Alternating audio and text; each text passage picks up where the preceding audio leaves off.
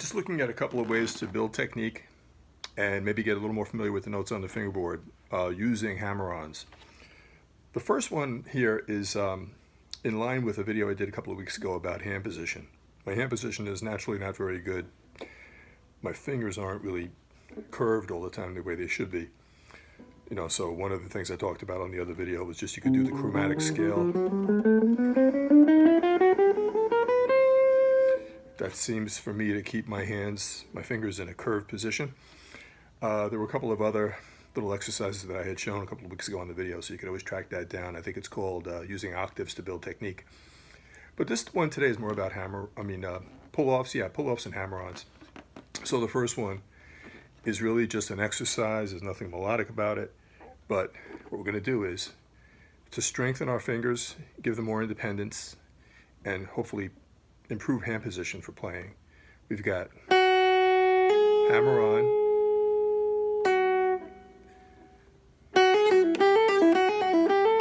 so it's hammer-on, pull-off, pull-off. So the notes are actually the second fret, fourth, second, open. Then it's third, fifth, third, open. I'm going to turn down a little bit. Okay? Second, fourth, second, open, third, fifth, third, open. Do the same thing on the second string. So if you put the whole thing together,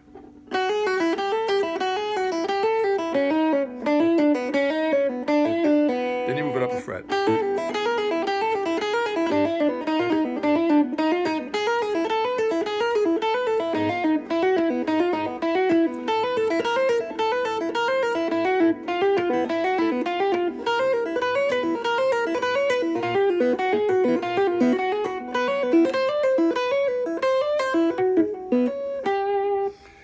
So Alex Adrian, a teacher I went to in the 80s, had taught me that just as an exercise to improve hand position and to improve finger strength and independence, he said to bring it all the way up to the 12th fret. I mean, it takes a lot of self-discipline to make yourself listen to that and to do that until the 12th fret.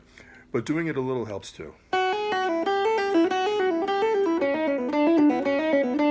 So what it amounts to is you're just picking once on the first string. Here's one pick. I find it somehow easier if I do an up pick. I don't know why that is, but probably just have it.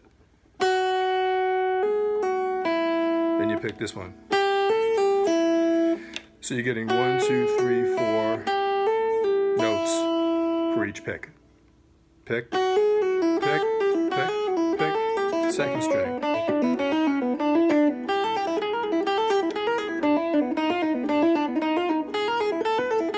It's also good if you want to put somebody in the room and play this for them to make them talk. Anyway, bad joke. I had used the same joke last time.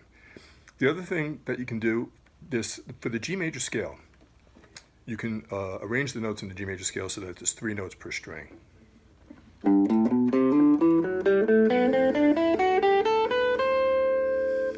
So frets are 3, 5, 7, 3, 5, 7, 4, 5, 7, 4, 5, 7, 5, 7, 8, 5, 7, 8. For what we're going to do, I'm going to slide up for the last note in the scale. In this case, it's going to be the 5th, the D. There's lots of different ways of doing these. These are 3-note per strings, 3 notes per string G major scales. You can do what I learned with, what I grew up with, which was alternate picking.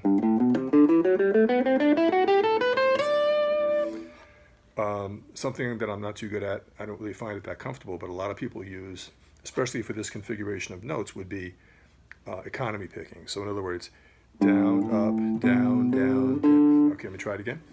6th string is down, up, down. 5th string is down, up, down, down, up, down, down, up, down, down, up, down. So the principle here is every time you go to the next string, you're doing a down. So it's down, down, up, down, down, up, down, down, up, down, down, up, down. As I said, I don't use that too much because I never get used to it. When I try to do it, I feel like it messes up my rhythm, messes up my timing. Another thing you could do is take it and just do 1 pick per string. So here we have.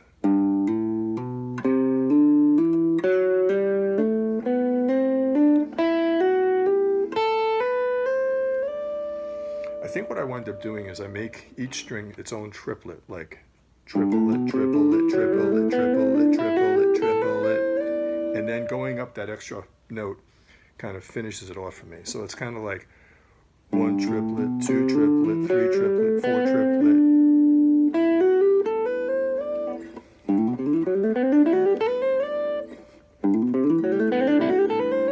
Okay, so that's the first position with the G on the bottom, starting on G for the G major scale. So the second configuration starts at the 5th fret. I'll just walk you through that. So the fret numbers here for the second configuration are 5, 7, 8, 5, 7, 9, 5, 7, 9, 5, 7, 9, 7, 8, 10, 7, 8, 10.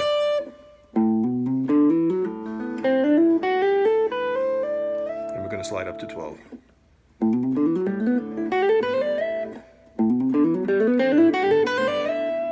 Okay?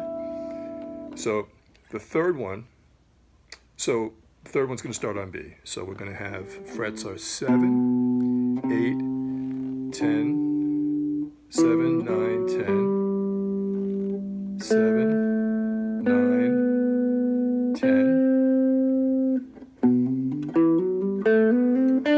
Third string is 7, 9, 11. Second string is 8, 10, 12.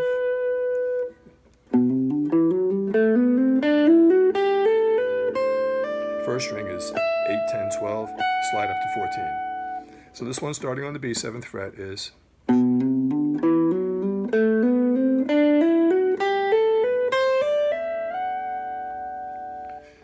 the one that starts on C is the 8th fret, and the frets are going to be 8, 10, 12, 9, 10, 12, 9, 10, 12, 9, 11, 12, 10, 12, 13, 10, 12, 14, slide up to 15.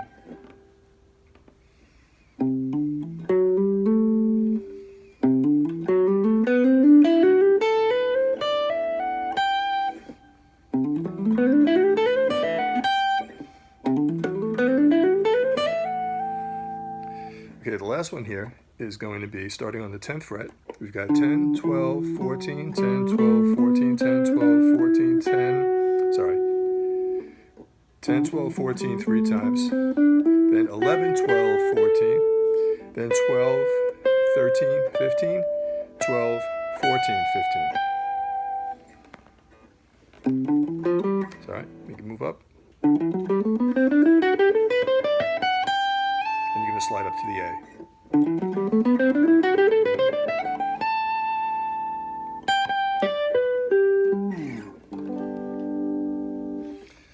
So if you can get used to and memorize the 5 different positions, again, just to show you one more time.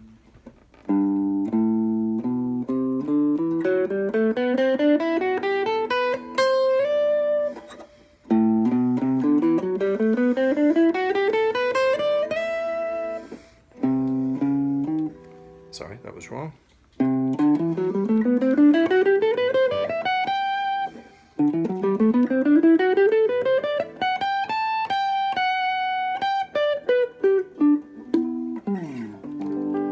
Just a few ideas for building technique. If you realize with the G major scale that there's only one sharp, and that's F sharp, you could actually use this as a knowledge for fingerboard awareness too, which would be to say the letters as you play. G, A, B, C, D, E, F sharp, G, A, B, C, D, E, F sharp, G, A, B, C, etc., etc. A, B, C, D, E, F sharp, G, A, B, C, D, E, F sharp, G, A, B, C, D, and so on and so on. Okay, so hopefully that's helpful. Hope you like the idea of developing more fingerboard knowledge if you don't have it all the way where you want it to be yet. And just this idea of building finger independence.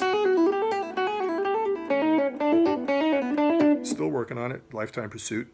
Anyway, if you give me a like if you like the video, subscribe if you haven't, and I look forward to seeing you next time. Keep practicing.